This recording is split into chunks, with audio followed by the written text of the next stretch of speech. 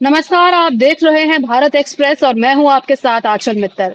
अहमदाबाद में आज एक भीषण प्लेन हादसा हुआ जिसमें 242 लोग सवार थे और उनमें से 204 लोगों की मौत की पुष्टि की जा चुकी है। पुलिस कमिश्नर द्वारा ये पुष्टि की गई है। ये घटना बेहद ही दुखद है और इतनी सारी मौतें होना एक बड़ी बात है।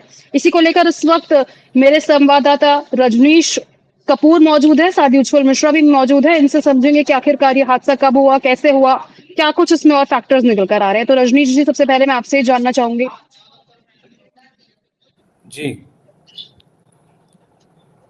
जी आंचल, अभी जैसा हमें खबर मिली है तो इसमें ये जानकारी आ रही है कि विमान में सवार 242 सभी के सभी ईश्वर को प्यारे हो चुके हैं। और ये बहुत दुखद हादसा है। और विमान हादसों की इतिहास में ऐसा पहली बार हुआ है कि इतना भयावह हादसा भारत में हुआ है। तो मेरी सबको संवेदना है। और अब आगे जो भी डीजीसीए और मिनिस्ट्री ऑफ सिविल एविएशन इस विषय में जांच करेगी तो दुर्घटना का कारण पता लग के आएगा। उज्जवल, आपका इसको लेकर क्या कुछ कहना है? जिस तरीके से अभी रजनीश जी ने बताया कि 242 लोगों की मौत की खबर सामने आ चुकी है, बहुत ही बड़ा आंकड़ा ये है। जिस तरीके से ये पूरा हादसा हुआ, 242 लोगों की मौत की खबर सामने आ रही है, तो वहीं एक और अपडेट इसमें आया है कि सामने जो मेडिकल कॉलेज था, उसमें से भी 2 से 3 छात्रों की मौत की खबर सामने आई है अभी। तो इसको लेकर आपका क्या कहना है? कितना बड़ा ये हादसा और हो सकता है निकल कर आ रहा है जो? देखिए अचल, जिस तरीके से अभी तक जो रिपोर्ट जो भी आई है उसमें प्लेन के यात्रियों का तो डेटा आ गया है। अभी तक एसोसिएटेड प्रेस ने और पुलिस कमिश्नर के हवाले से ये बयान दिया जा रहा है। हालांकि मिनिस्ट्री ऑफ एक्सटर्नल अफेयर्स में जो उनके प्रवक्ता है रणदीप जायसवाल, उन्होंने अभी तक इसकी एग्जैक्ट फिगर की नंबर्स नहीं बताए हैं कि कितने लोगों की, कितने यात्रियों की इसमें मौत हुई है। लेकिन ये माना जा रहा है कि जिस तरीके से यह हादसा जितना भयावह था, उसके बाद किसी का भी बचना बहुत नामुमकिन बिल्कुल। सा दिखाई दे रहा है। क्योंकि जिस तरीके से हम विजुअल्स देख रहे हैं और जो एविएशन एक्सपर्ट्स हैं, जो जो जो जिन्होंने अभी तक ये घटनाएं देखी हैं और इनको कवर किया है, उन लोगों की नजर में ये बहुत बड़ा हादसा था जिसे अभी तक कभी इस तरीके से नहीं देखा गया था। और पूरे देश और दुनिया के लोग दहले हुए हैं। सबसे बड़ी बात जो आंचल ये है कि वो जिस बीजे हॉस्टल का आप जिक्र कर रही हैं, जहां पर डॉक्टर्स इकट्ठे हुए थे, 50-60 की संख्या में डॉक्टर्स आए हुए थे और कैंटीन में लंच करने के लिए उस वक्त मौजूद थे। तो ये प्लेन ठीक वहीं पर उसी बिल्डिंग में जाकर के क्रैश हुआ है। और जो अंदर की फुटेज जब आप देखेंगे, उस हॉस्टल के अंदर की फुटेज, तो ये साफ तौर पर देखा जा सकता है कि बिल्डिंग तो जर्जर हालत में हो ही गई होगी, लेकिन वहां जी। पर उस वक्त जो लोग मौजूद होंगे उनकी स्थिति क्या रही होगी। तमाम थाली देख रहे होंगे आप, थाली में खाना है, नीचे जूते पड़े हुए हैं, ग्लास बर्तन सारे फेंके पड़े हुए हैं, यानी लोग इस स्थिति से भागे होंगे। एक एक वो भयानक मंजर होगा, भूकंप जैसा लगा होगा पहले लोगों को जब वो प्लेन उस बिल्डिंग में क्रैश हुआ होगा। लेकिन उसके बाद जिस तरीके से लोग आपाधापी में भागे होंगे, कितने बचे होंगे, कितने निकल पाए होंगे, ये बाद में जांच एजेंसियां जब बताएंगी, जब बाद में इस चीजों की तस्दीक होगी तो बाद में पता लगेगा। लेकिन विजुअलाइज जितना हम कर सकते हैं और तस्वीरों के जरिए जितना हम अंदाजा लगा सकते हैं, उस अंदाजे को देखकर तो यही लगता है असल की एक बड़ी कैजुअलिटी हुई है। और इसीलिए शायद प्रधानमंत्री लगातार कह रहे हैं कि इसे शब्दों में व्यक्त नहीं किया जा सकता है। गृह मंत्री अमित शाह तुरंत दिल्ली से अहमदाबाद के लिए निकलते हैं, वो अहमदाबाद पहुंचने वाले हैं। तो ऐसी तमाम बड़ी घटनाओं का किस तरीके से सरकार संज्ञान लेती है वो तो देखना होता ही है। लेकिन जो घटना हुई है इसमें हम लगातार एक बात कह रहे हैं कि ये एविएशन एक्सपर्ट जो कह रहे हैं, अभी हमारी बात हो रही थी तो वो भी कह रहे हैं कि इसमें किसी भी तरीके की साजिश से भी इनकार नहीं किया जा सकता है। क्योंकि जिस तरीके से प्लेन टेक ऑफ लेता है, उसके बाद उसमें बिल्कुल। फ्यूल कैपेसिटी बहुत होती है, इंटरनेशनल फ्लाइट थी वो, तो वो तमाम काफी सारी चीजों को ध्यान में रखना होता है कि क्या कोई सॉफ्टवेयर हैक तो नहीं हुआ, क्या कुछ तकनीकी खराबी आई तो कहाँ पे आई। जब पायलट कह रहा है कि अब मैं this is not in my control, out of control हो चुका है, तो उस वक्त क्या था। तो ये सब ब्लैक बॉक्स मिलने के बाद पता लगेगा कि उस टाइम स्थिति क्या रही होगी।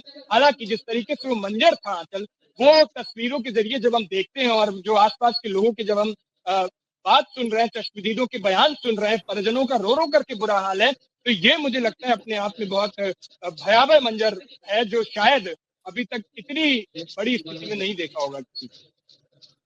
जिस तरीके से उज्जवल ने भी कहा रजनीश जी कि ये एक साजिश भी हो सकती है, अभी खैर ब्लैक बॉक्स मिलने का इंतजार है, लेकिन अगर ये साजिश हुई तो क्या समझा जाए इसे? क्या हम सुरक्षा व्यवस्था में चूक इसे समझ सकते हैं या फिर किस तरीके से इसे हम देख सकते हैं?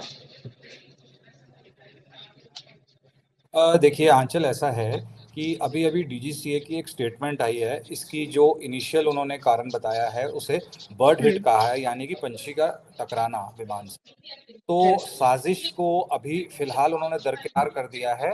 और रही हुँ, बात साजिश की, तो साजिश के क्या सर्कमस्टांसेस होते हैं, तो जैसे आप भी विमान यात्रा करती हैं, तो इसमें चेक इन के टाइम पे ही आपसे जो ग्राउंड स्टाफ होता है वो ये बात पुष्टि कर लेता है कि आपके चेक इन बैग के अंदर किसी तरह का कोई बैटरी, पावर बैंक या कोई ऐसी चीज़ तो नहीं हुँ, है, लैपटॉप या नहीं।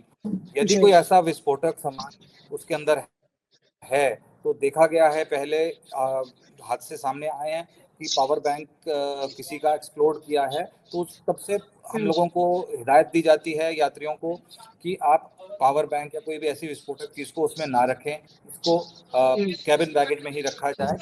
तो मैं समझता हूँ कि साजिश की बात, जैसे हाँ, साइबर अटैक डेफिनेटली हो सकता है, लेकिन अभी it is too premature to say anything. और जिस तरह से डीजीसीए का अब आधिकारिक बयान भी आ गया है कि बर्ड हिट होने के कारण उसकी पावर लॉस हुई है, पावर लॉस होने के कारण वो थ्रस्ट नहीं ले पाया, उड़ान नहीं भर पाया, इसी कारण वो गिरता गया। और पायलट ने मेडे मेडे चिल्लाया, यानी कि पायलट का कंट्रोल विमान से हट चुका था। तो हम अभी फिलहाल डीजीसी के आधिकारिक बयान पर ही जाएं, किसी भी तरह की अले ना लगाएं, और अफवाह को भी हवा देने की जरूरत नहीं है। तो उज्जवल, आप इस पर क्या कुछ कहना चाहेंगे? जो ये हादसा हुआ बेहद भयावह था, तस्वीरें जो सामने आ रही है, शव की तस्वीरें जो सामने आ रही है, देखकर ही उन्हें बहुत ज़्यादा बुरा लग रहा है, भयावह ये हादसा था। साथ ही मेडिकल कॉलेज में भी कई नुकसान की खबर भी सामने आ रही है। तो इसको लेकर आप क्या कुछ कहना चाहेंगे कि अभी जो है जाँच चल रही है, लेकिन जाँच में और क्या कुछ पहलू निकल कर सामने आ सकते हैं? क्या ये सिर्फ़ एक बर्ड हिट होगा या इससे ज़्यादा भी कुछ और हो सकता है? देखिए आंचल, इसके बारे में कुछ बोलूं उससे पहले एक सवाल मेरा रजनीश सर से भी है। सर, आपने अपनी इस जर्नी में कई सारे ऐसे हादसे देखे होंगे, कई चीजें कवर की होंगी। एक चीज सर मैं भी आपसे एक सवाल पूछना चाहता हूं। जैसे बात लिस्ट आ गई है, पैसेंजर्स की लिस्ट है, उसमें कितने यात्री सवार थे उन सभी के नाम सामने आ गए हैं। लेकिन जिस तरीके से ये हादसा हुआ है और इस हादसे के बाद अब जो तस्वीरें आ रही हैं उसमें बर्निंग बॉडीज हैं, मतलब प्लेन के तो हुँ। हिस्से बचे ही नहीं है। और जब प्लेन के हिस्से नहीं बचे हैं तो फिर बॉडीज के मतलब इंसान की बॉडी कैसे बची होगी, उसको आइडेंटिफाई कैसे किया जाएगा और परिजनों से उनकी पहचान कैसे कर पाएंगे, ये एक बड़ा सवाल है सर।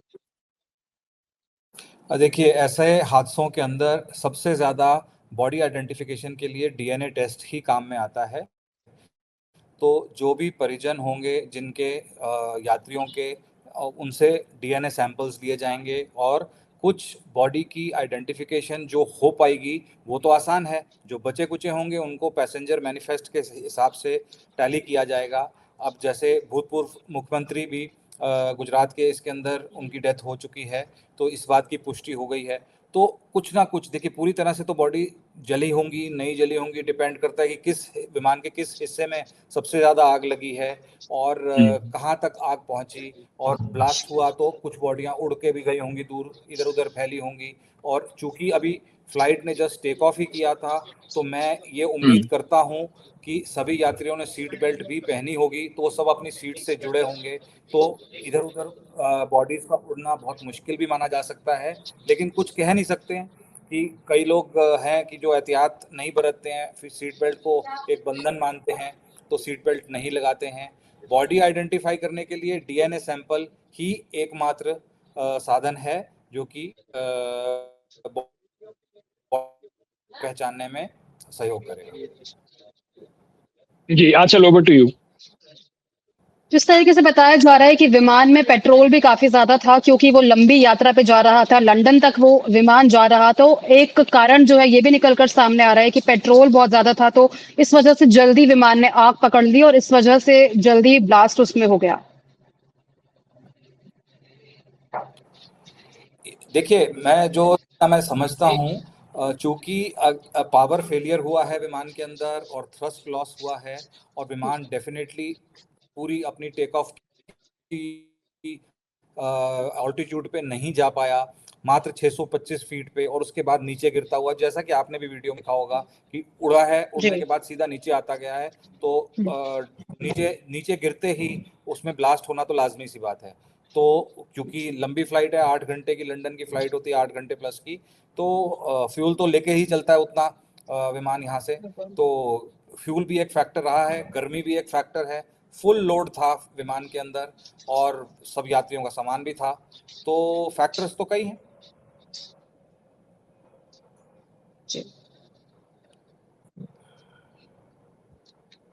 देखिए सर, घटना तो ये हो गई और जिस तरीके की एक घटना हुई है बेहद दुखद है, लेकिन अगर हम एयर इंडिया की बात करें तो क्या एयर इंडिया की तरफ से कोई लापरवाही इस हादसे में हम मान सकते हैं कि क्या एयर इंडिया की कोई लापरवाही रही होगी जिस वजह से ये हादसा हुआ इतना बड़ा? एयर इंडिया की लापरवाही जो है वो जांच के बाद ही पता लग पाएगी, क्योंकि देखिए अमूमन ऐसा होता है, चाहे वो डोमेस्टिक फ्लाइट हो या इंटरनेशनल फ्लाइट हो, हर विमान की प्रॉपर जांच की जाती है, इलेक्ट्रिकल, मैकेनिकल बिल्कुल। और दूसरी तरह से टेक्निकल और पेट्रोल और हवा और सारी पूरी जांच प्रॉपर की जाती है, लाइटों को देखा जाता है, हर तरह की चीज़ों को प्रॉपर जांच की जाती है। तो अगर किसी भी जने ने अपनी ड्यूटी ठीक से नहीं की है, किसी तरह की कोताही बरती है, तो डेफिनेटली उसकी जिम्मेदारी बनेगी। और मैं नहीं समझता कि एयर इंडिया जैसा ऑर्गेनाइजेशन ऐसी लापरवाही करेगा, खासकर कि इंटरनेशनल फ्लाइट पे।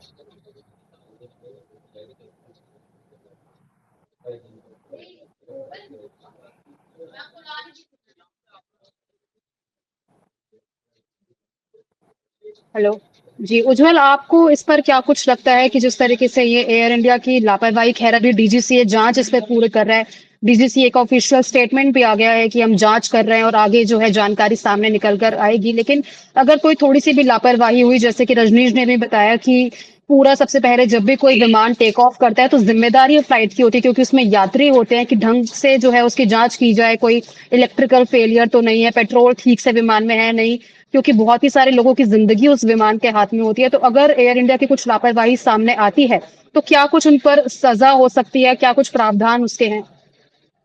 देखिए आंचल, एक ये तो कहा ही जाता है, एक प्लेन जो होता है, एक विमान जो होता है, वो एक उड़ता हुआ बम की तरह माना जाता है। बावजूद उसके उसमें कई सिक्योरिटी चेक्स भी होते हैं। आप जब प्लेन टेक ऑफ करता है उससे पहले कई पैरामीटर्स पर वो चेक किया जाता है, उसकी सिक्योरिटी चेकिंग्स होती हैं। अभी सर ने इनिशियल जो चेकिंग्स होती हैं, जो प्राइमरी चेकिंग्स होती है, वो सर ने बताया कि किस तरीके से सामान ले जाने को लेकर, आपके बैगेज को लेकर, लगेज को लेकर, वो सारी चेकिंग्स तो होती है। लेकिन फ्लाइट में किस तरीके से कंट्रोल है, उसके सॉफ्टवेयर की चेकिंग, उसके इंजन की चेकिंग, कई पैरामीटर्स पर वो चेकिंग होती है। उसके बावजूद भी आप देखो, इस फ्लाइट में पायलट के जो एक्सपीरियंस था, वो 8000 से ज्यादा घंटों का प्लेन उड़ाने का एक्सपीरियंस था उसका।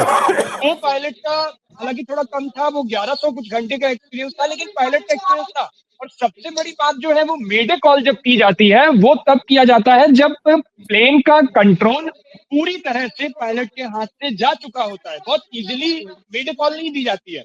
मेडे कॉल देने का मतलब, अब पायलट ने पूरी तरह से अपनी हार मान ली है और अब प्लेन उसके हाथ में नहीं, उसके कंट्रोल में नहीं है, और अब वो कुछ भी हो सकता है, उसमें किसी भी दिशा में हो सकता है। तो ये एक बहुत जरूरी बात है। और जिस तरीके की आप लापरवाही की बात कर रहे हो, जांच की बात कह रहे हो, तो उसके लिए उस ब्लैक बॉक्स का मिलना बहुत जरूरी है। उस ब्लैक बॉक्स के मिलने के बाद ये सारा कुछ दूध का दूध और पानी का पानी होगा, जिसकी हम अभी सवाल खड़े कर रहे हैं, अंदाजा लगा रहे हैं, तमाम बातें कह रहे हैं। उस ब्लैक बॉक्स से सारी कॉल रिकॉर्डिंग होती है, उसमें सारा डेटा होता है, उसमें कहाँ पे तकनीकी खामी आई वो है उसमें। तो उस ब्लैक बॉक्स से सारी चीजें आपको मिलेंगी और उसके बाद फिर ये जांच का विषय है, और उससे सारा कुछ पता लगेगा कि आखिर एग्जैक्ट हुआ क्या था वहां पे। वहां जिस तरीके से हम अभी कह रहे हैं कि नहीं, एक मैं क्या कह रहा हूँ, अभी हमारी बात हो रही थी, और जिस तरीके से एविएशन एक्सपर्ट्स हैं वो साजिश से इनकार नहीं कर रहे हैं, क्योंकि जिस तरीके से साइबर अटैक आजकल हो रहे हैं, तो सॉफ्टवेयर को कंट्रोल कर लेना, उसे हैक कर लेना भी एक फैक्टर हो सकता है। दूसरा फैक्टर हो सकता है कि एक हादसा भी हो सकता है, कई सारे प्लेन इससे पहले क्रैश हुए हैं, लेकिन बोइंग को लेकर के ये सबसे मजबूत प्लेन बताया जा रहा है। हालांकि कंपनी इसको लेकर के असल एक फैक्टर ये भी है, अगर मैं आपको बताऊं, इसी प्लेन को लेकर के, बोइंग को लेकर के जापान में ये प्लेन सिक्योरिटी थ्रेट की वजह से बैन हो चुका है। अमेरिका में इस प्लेन को लेकर के सवाल खड़े हुए हैं, इस प्लेन को लेकर के। तो इस प्लेन पर कई सारे सवालिया निशान भी है। अब बोइंग कंपनी इस बात को नहीं मानेगी, लेकिन ये जांच का विषय होगा। एयरलाइंस की तरफ से भी अभी क्लियर होना है जो कुछ क्या था। और ब्लैक बॉक्स सबसे बड़ा फैक्टर जिससे मैं बार बार जिक्र कर रहा हूँ, तभी कुछ अंदाजा लगाया जा सकता है, तभी कुछ क्लियर किया जा सकता है कि एग्जैक्ट हुआ क्या था, पायलट और को पायलट की क्या बातचीत हुई थी, क्या वहां पर कुछ तकनीकी खामी आई थी, कैसे आउट ऑफ कंट्रोल हुआ। वो सारी चीजों का पता तभी लगेगा जब वो ब्लैक बॉक्स सुरक्षित मिल जाएगा हमें। जी उज्जवल, तो रजनीश जी मैं आपसे ये समझना चाहूंगी कि जिस तरीके से बात सामने आ रही है कि ये हादसा हुआ और जो भी सब हुआ, लेकिन एक तरफ से देखा जाए तो एक प्लेन होता है जिसमें कई सारे यात्री सवार होते हैं और उन सभी की जान जो है खतरे में होती है जब वो चल रहा होता है। तो क्या आपको लगता है कि इस तरीके का कुछ ट्रेनिंग या तो दी जानी चाहिए, क्योंकि ट्रेनिंग तो दी जा रही है क्योंकि पायलट्स को, लेकिन कुछ ऐसी ट्रेनिंग जिससे अगर बर्ड हिट हो जाता है, कोई ऐसा साइबर सिक्योरिटी थ्रेट हो जाता है, तो इन सब के लिए भी प्रिपेयर रहने की अब कुछ ट्रेनिंग स्टार्ट करने की जरूरत है। बिल्कुल ऐसी ट्रेनिंग की बहुत ज़रूरत है, लेकिन रही बात बर्ड हिट की, तो बर्ड हिट की ट्रेनिंग तो इनको एज अ स्टैंडर्ड प्रोसीजर सिखाई जाती है। और हर विमान में जैसे 2 इंजन होते हैं, अगर बर्ड हिट होता भी है तो अमूमन एक इंजन पे बर्ड हिट होगा, 2 इंजन पे बर्ड हिट होना बहुत मुश्किल है, बहुत रेयरेस्ट ऑफ रेयर ऐसी बात होगी। तो मैं ये समझता हूँ कि अगर एक इंजन में भी फेलियर होता है और मात्र अभी 600 सवा 600 फीट ही प्लेन ने टेक ऑफ किया था, तो पायलट उसको बहुत आसानी से टर्न अराउंड करके वापस एयरपोर्ट पे ला सकते हैं और ऐसे दुर्घटना से बचा जा सकता है। रही बात साइबर अटैक की, तो इसके लिए हमारे देश में या और किसी देश में पूरे साइबर सेल होते हैं, NIA है, सब दुनिया भर की एजेंसीज हैं जो इस बात का पूरी निगरानी रखती हैं। तो अगर साइबर अटैक होना है और केवल एक ही पर्टिकुलर विमान पे होगा, ये बहुत मुश्किल है कहना, क्योंकि साइबर अटैक होगा तो वो ATC पे भी अटैक करेगा, पूरे सर्वर पे किया जाएगा। तो ये बहुत रेयरेस्ट ऑफ रेयर। हाँ, जैसा कि हम लोग ये कह रहे हैं कि विमान में जाते समय जब चेक इन बैग दिया जाता है तो पूरी एहतियात से पूछा जाता है कि इसके अंदर कोई लैपटॉप नहीं है, कोई इलेक्ट्रॉनिक इक्विपमेंट तो नहीं ऐसा छोड़ा हुआ। अगर किसी यात्री ने मान लीजिए झूठ बोला भी है तो चेक इन के बाद भी वहाँ पे स्कैन किया जाता है बैग को, उसके अंदर कोई भी डाउटफुल चीज़ मिलती है तो उसको इमीडिएटली बैग को अलग करके यात्री को बुलाया जाता है। ये एक स्टैंडर्ड प्रोसीजर है कि अगर उसने कुछ ऐसी इक्विपमेंट उसके अंदर रखी है जो कि एक्सप्लोड हो सकती है तो उसमें यात्री की जिम्मेदारी नपती है। तो मैं समझता हूँ अगर हाँ ग्राउंड हैंडलिंग स्टाफ ने लापरवाही करी है, जो कि एयर इंडिया का भी स्टाफ हो सकता है, उसमें CISF भी इन्वॉल्व है, तो दोनों की मिलीभगत भी हो सकती है। अगर किसी चीज़ को नज़रअंदाज किया गया है तो किस कारण से नज़रअंदाज किया गया, ये सोचने वाली बात है।